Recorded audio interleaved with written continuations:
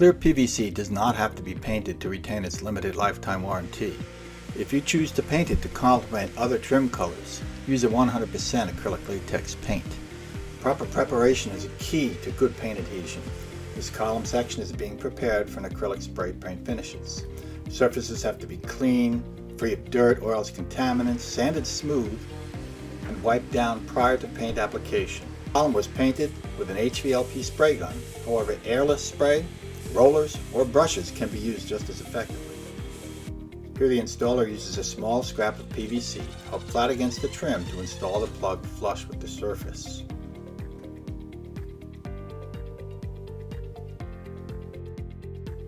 Many contractors like to pre-assemble their trim off-site, pre-finish the trim, and then spray enough Cortex plugs to be able to use to install the windows without having to touch up later.